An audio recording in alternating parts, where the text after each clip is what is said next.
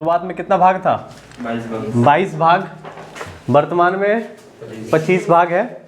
तो हम लोग भाग 1 पढ़ लिए थे। भाग 1 के बारे में हम आप लोगों को बता दिए थे लास्ट क्लास कि भाग 1 जो है इसमें जो आर्टिकल आता है 1 से लेकर के 4 तक आता है। ठीक है, 1 से कितना 4 तक, इसके बारे में हम लोग पढ़ लिए थे, है ना। अनुच्छेद 1 से 4 तक, है ना। इस आज हम लोग पढ़ेंगे भाग 2 के बारे में। तो 1 से 4 में आप लोगों को पता होगा कि अनुच्छेद 1 में क्या दिया हो, तो भारत राज्यों का संघ है। तो कैसा संघ है? यूनियन की फेडरल है, यूनियन है। ठीक है। दूसरा हम आप लोगों को बताए थे कि आपका जिसमें अनुच्छेद 1 में हम आप लोगों को तो बताए थे कि भारत राज्यों का संघ है। 2 में क्या बताए थे कि विदेशी कोई क्षेत्र को हम लोग भारत में मिला सकते हैं। ठीक है। 3 में हम आप लोगों को बताए थे कि भारत के अंदर तोड़फोड़ कर सकते हैं, नाम में परिवर्तन कर सकते हैं, सीमा में परिवर्तन कर सकते हैं। ठीक है। और 4 हम आप लोगों को बताए थे कि आपका 2 और 3 में किसी भी तरह का कोई संशोधन नहीं होगा। ठीक है। आज हम लोग भाग 2 पढ़ेंगे। क्या पढ़ेंगे? भाग 2 बड़ा इंपॉर्टेंट है, भाग 2। ठीक है। और भाग 2 जो हम लोग पढ़ेंगे ना, याद रखिएगा इसमें आपका आर्टिकल जो है अनुच्छेद 5 से लेकर के 11 तक आएगा। अनुच्छेद कितना आएगा? 5 से लेकर 11 तक आर्टिकल आएगा इसमें। ठीक है। और भाग 2 में क्या दिया हुआ है तो याद रखिएगा नागरिकता। क्या पढ़ेंगे हम लोग? सिटीजनशिप के बारे में, नागरिकता के बारे में 11 तक। तो याद रखना बड़ा ही इंपॉर्टेंट है। आज हम लोग भाग 2 पढ़ने वाले हैं। क्या पढ़ने वाले हैं? भाग 2। और भाग 2 जो हम आप लोगों को बता रहे हैं इसमें आपका अनुच्छेद कितना आएगा तो 5 से लेकर के 11 तक आएगा। 5 से लेकर के 11 तक आएगा। ठीक है, कोई दिक्कत नहीं है ना। देखिए तो नागरिकता टॉपिक क्या हम लोगों का? नागरिकता, है ना। देखो नागरिकता किसको कहा जाता है, ध्यान से सुनिएगा क्या बोल रहे हैं। ये जो नागरिकता बता रहे हैं ना, एक विशेष प्रकार का अधिकार है जो यहाँ रह रहे लोगों को सरकार की ओर से दिया जाता है एक सर्टिफिकेट के तौर पर। जैसे वोटर कार्ड हम लोगों का नागरिकता का बहुत बड़ा प्रमाण है। बात समझ में आ रहा क्या बोल रहे हैं? वोटर आईडी जो होता है ना, ये नागरिकता का बहुत बड़ा प्रमाण है। बात समझ में आ रहा क्या बोल रहे हैं? तो नागरिकता याद रखिएगा यहाँ रह रहे लोगों को एक सर्टिफिकेट के तौर पर सरकार देती है। ठीक है। तो याद रखिएगा जैसे नागरिक जो होता है तो इसमें कुछ टाइप है। जैसे नागरिक की कितने प्रकार का होता है तो जनरली 3 प्रकार के लोग रहते हैं। जैसे एक होता है नॉर्मल पर्सन। जैसे नॉर्मल पर्सन क्या होता है, ध्यान दीजिएगा क्या बोल रहे हैं, जो बाहर से घूमने के लिए आया है। बाहर से जो घूमने के लिए उसको हम लोग नागरिक बोलेंगे क्या? नहीं बोल सकते हैं, नहीं बोल सकते हैं। तो हो जाएगा नॉर्मल पर्सन। पता चल रहा? तो एक होता है सिटीजन, मतलब आपका हम लोग। बात समझ में आ रहा? तो उसी तरह एक याद रखिएगा माइनॉरिटी भी होता है। क्या होता है? माइनॉरिटी। तो इस यहाँ पे याद रखिएगा जैसे नॉर्मल पर्सन हो गया, है ना, सिटीजन हो गया, उसी तरह एक माइनॉरिटी का भी जिक्र मिलता है। अब यहाँ पे एक चीज़ आप लोगों को समझना है, जैसे माइनॉरिटी जो होता है जिसको हिंदी में हम लोग अल्पसंख्यक बोलते हैं। क्या बोलते हैं? अल्पसंख्यक। तो अल्पसंख्यक कैसे निर्धारित होता है तो याद रखिएगा जैसे मान लीजिए माइनॉरिटी का जब बात आता है, मतलब अल्पसंख्यक का जब बात आता है, अल्पसंख्यक, तो आप अल्पसंख्यक कैसे कहलाओगे? तो याद रखिएगा ये 2 आधार पर होता है अल्पसंख्यक। एक भाषा के आधार पर होता है और दूसरा धर्म के आधार पर होता है। पता चल रहा? तो मतलब याद रखिएगा आप जिस भाषा का प्रयोग कर रहे हैं, ठीक है, आप यदि मान लीजिए किसी क्षेत्र में, और अल्पसंख्यक याद रखिएगा होता है, ये देश में नहीं होता है, ये राज्य में होगा, स्टेट में होगा। पता चल रहा? तो आप यदि किसी भाषा का प्रयोग कर रहे हैं और उस भाषा का प्रयोग 10% से कम आदमी कर रहा है तो आप अल्पसंख्यक हो जाइएगा। बात समझ में आ रहा क्या बोल रहे हैं? या फिर याद रखिएगा मान लीजिए किसी धर्म का प्रयोग कर रहे हैं, आप जो भी धर्म मानते हैं उस धर्म को मानने वाला यदि 10% से कम है तो भी आप क्या हो जाइएगा? अल्पसंख्यक हो जाएगा। बात समझ में आ रहा क्या बोल रहे हैं? तो इसी आधार पर याद रखिएगा अल्पसंख्यक निर्धारित होता है। समझ पा रहे क्या बोल रहे हैं? जैसे आपको सवाल पूछा जाएगा कि माइनॉरिटी अल्पसंख्यक हम किसको बोलेंगे, तो ये 2 तरीके से इसको निर्धारित किया जाता है कि आप यदि मान लीजिए किसी धर्म को मान रहे हैं तो जिस धर्म को आप मानते हैं उस धर्म को मानने वाला 10% से यदि कम है क्षेत्र में, तो वहाँ आप क्या कहलाइएगा? अल्पसंख्यक कहलाइएगा। आप यदि किसी भाषा का प्रयोग कर रहे हैं तो उस भाषा को मानने वाला यदि 10% से कम है तो आप क्या कहलाइएगा? अल्पसंख्यक कहलाइएगा। पता चल रहा? तो बड़ा ही इंपॉर्टेंट है। हम लोग अभी नागरिकता को समझेंगे। तो अनुच्छेद कितना से कितना तक में दिया हुआ? ये 5 से लेकर के 11 तक में दिया हुआ है। 5 से कितना बताएं?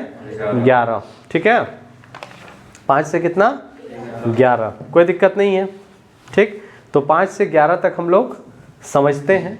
और कौन से भाग में है? तो भाग 2 में है ना? कौन से भाग में? भाग 2 में है। ठीक है, तो 5 से लेकर के 11 तक में क्या दिया हुआ है? नागरिकता दिया हुआ। क्या दिया हुआ है? नागरिकता। तो सबसे पहले हम लोग जिक्र करते हैं अनुच्छेद 5 का। देखिए, अनुच्छेद 5 जो बता रहे हैं इसमें दिया हुआ है प्रारंभ में नागरिकता, प्रारंभिक नागरिकता जिसको बोलते हैं। ठीक है, तो प्रारंभ में नागरिकता जो अनुच्छेद 5 में दिया हुआ है, अनुच्छेद 5 में क्या दिया हुआ है? प्रारंभ में नागरिकता। ठीक है, मतलब प्रारंभ में मतलब याद रखिएगा संविधान के आरंभ में नागरिकता कैसे दिया गया था। जब संविधान शुरू हुआ था उस समय आपको नागरिकता कैसे मिला था। ठीक, तो यहाँ पे याद रखिएगा, ध्यान देना क्या बोल रहे हैं। 2-3 चीज़ बोला गया था, आपको याद रखना है कि यदि मान लिया जाए कि पहला नंबर 1, ध्यान देना, नंबर 1 इसमें बोला गया कि यदि आप मान लीजिए आप भारत का ध्यान दीजिएगा क्या बोल रहे हैं, मतलब सबसे भारत का यदि आप मान लीजिए नागरिक हैं, ठीक है, तो प्रारंभिक नागरिकता कैसे डिसाइड होगा। ठीक, तो बड़ा ही इंपॉर्टेंट इसमें बोला गया कि संविधान आपका प्रारंभ कब हुआ? 26 जनवरी 1950 को शुरुआत हुआ। ठीक है, लागू हुआ। तो उस समय एक दिक्कत हो गया था कि किसको हम नागरिक बोलेंगे, कैसे बोलेंगे, मतलब ये कैसे निर्धारित करेंगे। इसमें विवाद हुआ तो अनुच्छेद 5 को लाया गया और इसमें 3 आपका शर्त दिया गया। ठीक है, कि बोला गया कि इन तीनों में अगर आप किसी एक का भी पालन करते हैं तो आप भारत का नागरिक हैं। ठीक, तो बड़ा ही इंपॉर्टेंट है, ध्यान दीजिएगा। सबसे पहले बोला गया कि नंबर 1 कि आपका याद रखिएगा जन्म यदि भारत में हुआ है, ठीक है, आपका जन्म यदि भारत में हुआ है तो आप भारत का नागरिक हो। ठीक है, बात समझ में आ रहा? तो इसमें 3 गो कंडीशन, 3 गो शर्त दिया गया है। तो प्रारंभ में नागरिकता जो अनुच्छेद 5 में दिया गया है कि हम कैसे डिसाइड करेंगे कि कोई भारत का नागरिक है, तो अनुच्छेद 5 में बोला गया कि प्रारंभिक नागरिकता जो दिया हुआ उसमें कैसे डिसाइड होगा कि आप भारत का नागरिक हो। तो याद रखिएगा अनुच्छेद 5 में बोला गया कि यदि आप भारत में जन्म लिए हैं, आपका जन्म भारत में हुआ है तो आप भारत का नागरिक है, पहला नंबर। ठीक है, दूसरा इसमें कंडीशन बोलता है कि यदि मान लीजिए कि आपके माता, ठीक है, पिता का जन्म यदि भारत में हुआ है, भारत में हुआ है तो भी आप भारत का नागरिक है। ठीक, आपका जन्म भारत में हुआ है तो आप भारत का नागरिक है, कोई दिक्कत नहीं है। ठीक है, आपके माता पिता में से किसी का भी जन्म यदि भारत में हुआ है तो याद रखिएगा आप भारत का नागरिक है ना, मतलब 1950 से पहले, तो इन्हें भी नागरिकता दे दी जाएगी। भले मान लीजिए, कहने का मतलब है कि आपका माता पिता का जन्म भारत में हुआ है, अब वो भले आज के डेट में मान लीजिए विदेश में रहता है, कोई दिक्कत नहीं, लेकिन उसको भी भारत का नागरिकता मिल जाएगा। तो 3 कंडीशन, जैसे एक तो सबसे पहले आपका जन्म भारत में हुआ है तो आप नागरिक हैं, आपके माता पिता का जन्म भारत में हुआ है तो भी आप भारत का नागरिक हैं। और तीसरा कंडीशन ये रखा गया कि यदि मान लीजिए आप संविधान बनने के, ठीक है, तो संविधान कब बना था? 1950 में। संविधान बनने के याद रखिएगा 5 वर्ष पहले से भारत में रह रहे हैं। ठीक है, संविधान बनने के 5 वर्ष पहले से यदि भारत में रह रहे हैं, कट रहा है क्या? तो याद रखिएगा, कोई दिक्कत नहीं। देखो ध्यान देना कि संविधान बनने के 5 वर्ष पहले से यदि आप भारत में रह रहे हैं तो भी आपको भारत का नागरिकता दे दिया जाएगा। तीनों में से आपके पास कोई भी है तो आप भारत का नागरिक हो जाओगे, ये शुरुआत में बोल दिया गया 1950 में। इसका मतलब ये कि आर्टिकल जो 5 हम आपको बता रहे हैं, अनुच्छेद 5 जो बता रहे हैं, उस समय की परिस्थिति को देख करके इसको बनाया गया था। बात समझ में आ रहा है क्या बोल रहे हैं? उस समय की परिस्थिति को देख करके इसको बनाया गया था। अनुच्छेद कितना बताएं? अनुच्छेद 5। बात समझ में आ रहा है क्या बोल रहे हैं? तो बड़ा ही इंपॉर्टेंट है, ध्यान दीजिएगा क्या बोल रहे हैं। सवाल आप लोगों को पूछा जाएगा, है ना, कि अनुच्छेद 5 में क्या है? प्रारंभिक नागरिकता। तो अनुच्छेद 5 उस समय की परिस्थिति के लिए बनाया गया था। मतलब उस समय ये डिसाइड नहीं हो पा रहा था कि किस आधार पर भारतीयों को नागरिकता दिया जाएगा। तो याद रखिएगा आर्टिकल 5 लाया गया, उसमें बोला इसमें प्रारंभिक नागरिकता मिलेगा। तो इसमें 3 कंडीशन रखा गया। बोला एक, पहला, यदि आप भारत में जन्म लिए हैं तो भी आपको भारत का नागरिकता मिल जाएगा। दूसरा, यदि आपके माता पिता भारत में जन्म लिए हैं तो भी आपको भारत का नागरिकता मिल जाएगा। तीसरा, यदि आप संविधान बनने के 5 साल पहले से, तो संविधान हम लोगों का कब बना? 1950 में। उसके 5 साल पहले से यदि आप भारत में रह रहे हैं तो भी आपको भारत का नागरिकता मिल जाएगा। बात समझ में आ रहा है क्या बोल रहे हैं? संविधान बनने के 5 साल पहले से यदि आप रह रहे हैं तो भी आपको भारत का नागरिकता दिया जाएगा। कोई दिक्कत नहीं है, समझ गए इसको? ठीक है, ये हो गया आर्टिकल 5। ठीक, आज के डेट में आर्टिकल 5 का कोई वैल्यू नहीं रह गया है। ये उस समय की परिस्थिति को देखकर बनाया गया था। आज के डेट में नागरिकता देने का जो तरीका है वो हम लोगों का नागरिकता अधिनियम 1955 बना हुआ है, उसके तहत नागरिकता मिलता है। उसको आगे पढ़ेंगे, अभी हम लोग आर्टिकल का पहले जिक्र करेंगे। तो एक 5 समझ गए आप लोग? किसी को कोई दिक्कत नहीं है? समझ में आने गया? आगे बढ़ जाएं? ठीक है, उसके बाद 5 के बाद देखिए, ध्यान दीजिएगा, अनुच्छेद 6। अनुच्छेद कितना? अनुच्छेद 6।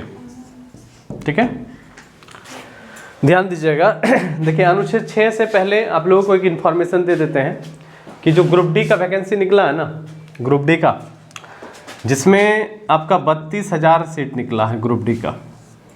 ठीक है, इसमें ITI जो खोजा गया था, मांगा गया था, ITI मैंडेटरी आपका ख़त्म कर दिया गया है। मतलब इसमें ITI अब ज़रूरत नहीं है। आप प्लेन मैट्रिक यदि पास है तो भी आप रेलवे ग्रुप डी का फॉर्म डाल सकते हो। 23 जनवरी से इसका फॉर्म डलाएगा। बात समझे? इसका स्पेशल बैच भी आपका शुरुआत हो रहा है ना? तो ये आप लोग डाल सकते हो फॉर्म, है ना? मतलब ये आप लोगों को याद रखना है कि मैंडेटरी जो ITI का था ना कि 32,000 सीट में ज़्यादातर ITI के लिए है, वो मैंडेटरी ख़त्म हो चुका है। मतलब ITI वालों को ये तकलीफ वाला है। मतलब ITI वालों को थोड़ा दिक्कत होगा कि हम लोग ITI किए हैं, ठीक है, कंपटीशन बढ़ जाएगा। मतलब अब आप ITI है तो भी आप भरिए, और प्लेन आप मैट्रिक पास है तो भी आप भरिए। बात समझ गए? चलिए। अच्छा, लेकिन सर ज़्यादा 6 ध्यान देना क्या बोल रहे हैं। देखिए अनुच्छेद 6 जो हम बता रहे हैं आप लोगों को, इसमें याद रखिएगा बोला गया है कि किसके लिए है, तो पाकिस्तान से भारत आने वाले व्यक्ति के लिए नागरिकता। ठीक है, अनुच्छेद 6 ध्यान देना। हुआ या दिया था? ध्यान देना क्या बोल रहे हैं। अनुच्छेद 6 को भी उस समय की परिस्थिति के हिसाब से बनाया गया था। तो अनुच्छेद 6 किसके लिए है? तो पाकिस्तान से भारत आने वाले व्यक्ति के लिए नागरिकता। अनुच्छेद कितना बता रहे हैं? 6। ठीक है, अब देखिए ध्यान दीजिएगा, बड़ा इंपॉर्टेंट है। जब लोगों को पता चला कि देश 2 टुकड़ों में बंटने वाला है, तो बहुत सारा आदमी जाकर के आज़ादी से पहले ही, मतलब मार्च 1947 तक पाकिस्तान में जाके बस गया था। जैसे पाकिस्तान में लाहौर हो गया, कराची हो गया, ये सब क्षेत्र में जाके आदमी बसने लगा था। ठीक है, हम लोग को पाकिस्तान में रहना है, लेकिन दिक्कत ये हुआ कि इंडिया में तो उतना दंगा नहीं हुआ कुछ, ठीक है, पाकिस्तान में बहुत दंगा होने लगा। तो जो आदमी गया था ना पाकिस्तान, वो लौट के फिर आ रहा था, पता चल रहा। तो उसके लिए भी कुछ नियम कानून होना चाहिए कि नहीं होना चाहिए? बात समझ में आ रहा? तो याद रखिएगा। तो फिर दिक्कत ये हुआ कि आप मान लीजिए, कहने का मतलब पाकिस्तान से तो नियम कानून नहीं बनाएंगे तो आराम से सभी आ जाएगा, गया उसके बाद फिर वापस आ जाएगा। तो याद रखिएगा अनुच्छेद 6 किसके लिए था? पाकिस्तान से भारत आने वाले व्यक्ति की नागरिकता। ठीक, तो इसमें एक परमिट नियम बनाया गया था। परमिट नियम क्या था? याद रखिएगा 19 जुलाई 1948 ये एक डेट दिया गया, ठीक है। 19 जुलाई 1948 बोला गया आप आ रहे हो, ठीक है आ जाओ, कोई दिक्कत नहीं है, लेकिन 19 जुलाई 1948 से पहले आ जाओ आप, पता चल रहा? तो 19 जुलाई 1948 से पहले आ जाओ। लेकिन यदि ये एक डेट दे दिया गया 19 जुलाई 1948, ये परमिट एक डेट दे दिया गया, परमिट नियम बना दिया गया। मतलब बोल रहा है कि आप यदि 19 जुलाई 1948 से पहले आ जाते हो तो कोई दिक्कत नहीं है, आप आ सकते हो। लेकिन यदि आप 19 जुलाई 1948 के बाद आते हो तो आपको पूछ के आना पड़ेगा कि हम काहे आ रहे हैं, किस उद्देश्य से आ रहे हैं, आपको बताना होगा। फिर ऐसा नहीं कि हम वापस चल जाएंगे, ऐसा नहीं होगा, ठीक है। दूसरा चीज़, आपको जो है ना 6 माह यहाँ रहना होगा भारत में, उसके बाद आपको नागरिकता मिलेगा। पता चल रहा? तो 6 माह, यही 6 माह तो बढ़ा करके 5 साल, फिर 7 साल कर दिया गया। समझ में आ रहा क्या बोल रहे हैं? तो आपको सवाल पूछेगा अनुच्छेद 6 किसके लिए है, तो पाकिस्तान से भारत आने वाले व्यक्ति के लिए नागरिकता अनुच्छेद कितना में है? 6 में है, कोई दिक्कत नहीं है। अनुच्छेद 6 किसके लिए है? पाकिस्तान से भारत आने वाले व्यक्ति के लिए नागरिकता। कोई दिक्कत है? समझ पा रहे हैं ना? तो याद रखिएगा, सवाल पूछेगा परमिट नियम जो बनाया गया था उसमें डेट कितना दिया गया? 19 जुलाई 1948 का समय दिया गया। एकदम क्लियर है, 19 जुलाई 1948 से पहले आ जाओ तो ठीक है, कोई दिक्कत नहीं है। लेकिन इसके बाद यदि आप आए तो फिर आपको परमिशन लेके आना पड़ेगा और भारत में 6 महीना तक आप रहोगे, फिर आपको नागरिकता मिलेगा, कोई दिक्कत नहीं है। इसी तरह याद रखिएगा जो आपका अनुच्छेद 7 है, अनुच्छेद जो 7 है ना, वो किसके लिए है पता? याद रखना, भारत से है ना पाकिस्तान जाने वाले व्यक्ति के लिए नागरिकता। किसके लिए है? भारत से पाकिस्तान जाने वाले के लिए, ठीक। 6 है पाकिस्तान से भारत आने वाले व्यक्ति के लिए, 7 क्या है? भारत से पाकिस्तान जाने वाले व्यक्ति के लिए नागरिकता। कोई दिक्कत है? इसमें भी वही सिस्टम, परमिट नियम वही 19 जुलाई 1948। यदि जाना चाहते हो आप तो 19 जुलाई 1948 से पहले चल जाओ। बात समझ में आ रहा? तो कब से पहले चल जाओ? 19 जुलाई 1948 से पहले चल जाइए, ठीक है। आना चाहते हो तो 19 जुलाई 1948 से पहले आ जाओ। समझ पा रहे हो? कोई दिक्कत है किसी को? तो ये हो गया आपका अनुच्छेद 6 और 7। आपको सवाल पूछा जाएगा 6 और 7 किसके लिए है? तो याद रखिएगा 6 है आपका पाकिस्तान से भारत आने के लिए, 7 है भारत से पाकिस्तान जाने के लिए, ठीक है। हो गया?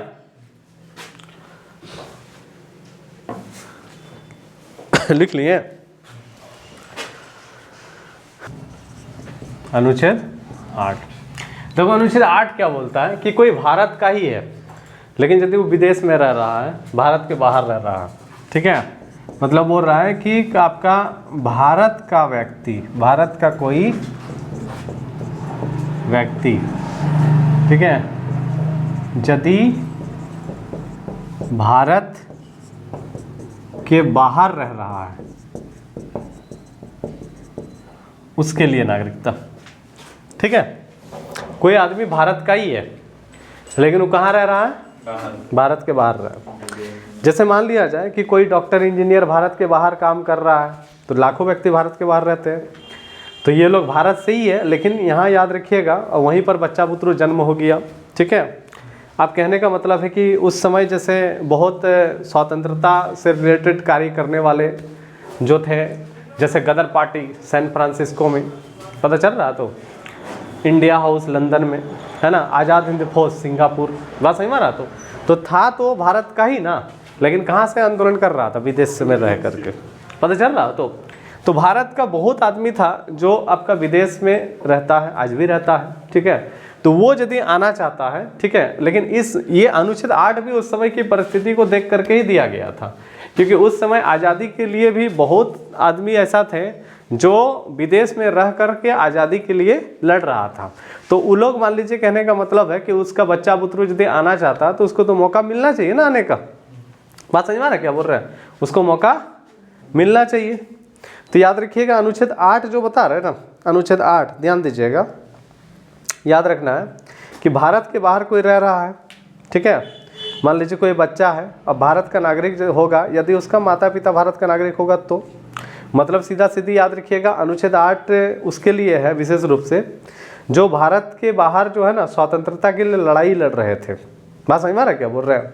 तो एकदम सिंपल सा लाइन है, आप मान लीजिए कहने का मतलब है कि इसमें तो कोई दिक्कत है नहीं, भारत का कोई व्यक्ति है यदि भारत के बाहर रह रहा तो उसको नागरिकता मिलेगा, ठीक है।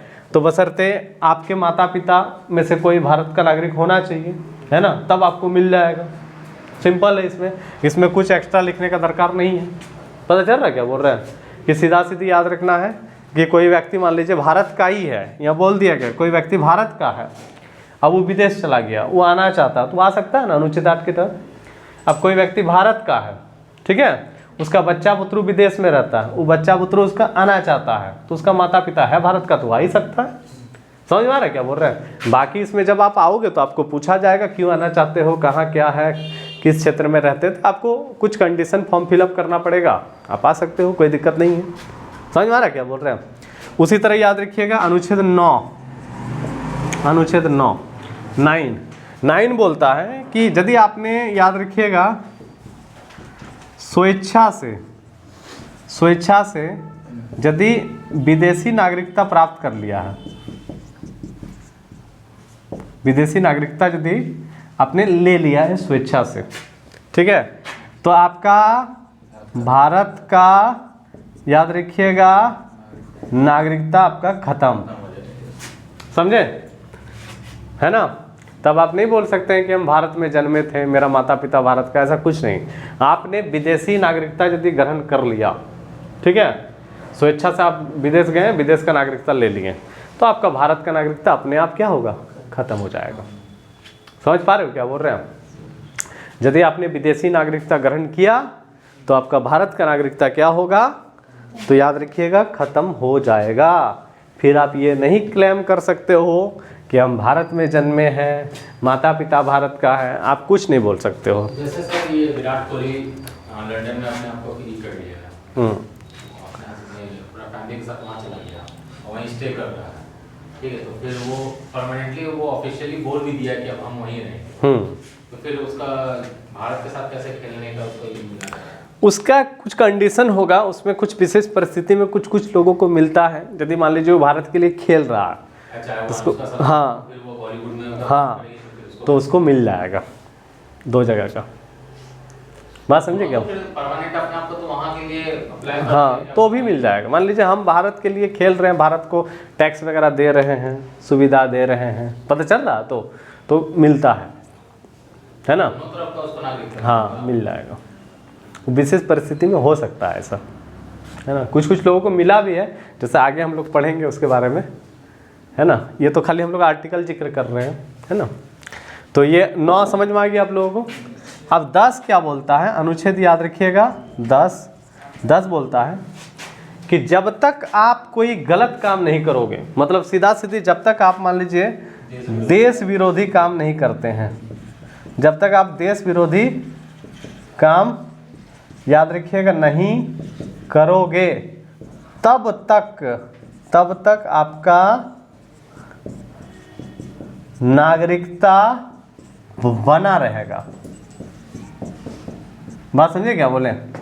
आप जब तक देश विरोधी काम नहीं करते हैं तब तक आपका नागरिकता बना रहेगा। जिस दिन आप देश विरोधी काम कर दीजिएगा आपका नागरिकता छीन लिया जाएगा, खत्म हो जाएगा।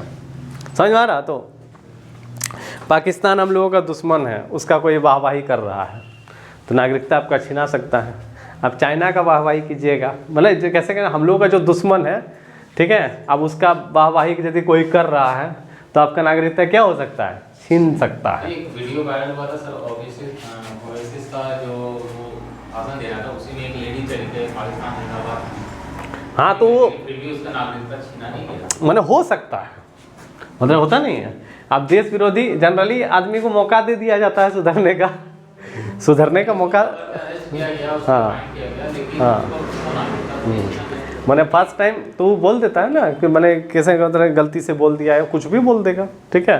मैंने एक होता नहीं है कि आपका शुरुआत में ऐसे तुरंत आपको नहीं भेज देगा, थोड़ा सा मौका, हाँ थोड़ा सुधरने का मौका दिया जाता है। पहले तो पनिशमेंट दिया जाएगा, है ना। तो जब तक आप देश विरोधी काम नहीं करोगे तब तक आपका नागरिकता बना रहेगा। तो 8 बोलता है भारत का कोई व्यक्ति है विदेश चला गया है, वो आना चाहता है वो आ सकता है। 9 बोलता है कि स्वेच्छा से दूसरे देश की नागरिकता ले लिए, यहाँ का नागरिकता खत्म। और 10 क्या बोलता है, तो याद रखिएगा जब तक कोई गलत काम देश विरोधी काम नहीं करोगे तब तक आपका नागरिकता बना रहेगा, ठीक है। लास्ट एगो बच गया अनुच्छेद 11। अनुच्छेद कितना बच गया? 11, है ना। इसको भी समझ लीजिए, लिखे आप लोग, लिख लिए? देखो अनुच्छेद कितना बता रहे हैं? 11। ध्यान देना क्या बोल रहे हैं। अनुच्छेद जो 11 बता रहे हैं ना, अनुच्छेद कितना? 11। अनुच्छेद 11 के तहत याद रखिएगा संसद को, ठीक है, नागरिकता के संबंध में कानून बनाने का अधिकार है। कानून बनाने का अधिकार है। यही नागरिकता के संबंध में कानून, यही तो बना ना CAA, सिटीजनशिप अमेंडमेंट एक्ट बना है ना, पता चल रहा। तो याद रखिएगा संसद ने जो पहला कानून बनाया था, नागरिकता के संबंध में कानून बनाने का अधिकार किसको है? संसद को। अनुच्छेद कितना के तहत बना सकता है? 11 के तहत, ठीक है। अनुच्छेद 11 क्या कहता है कि संसद को अधिकार है कि वो नागरिकता के संबंध में कानून बना सकता है। अनुच्छेद कितना कहते हैं? 11।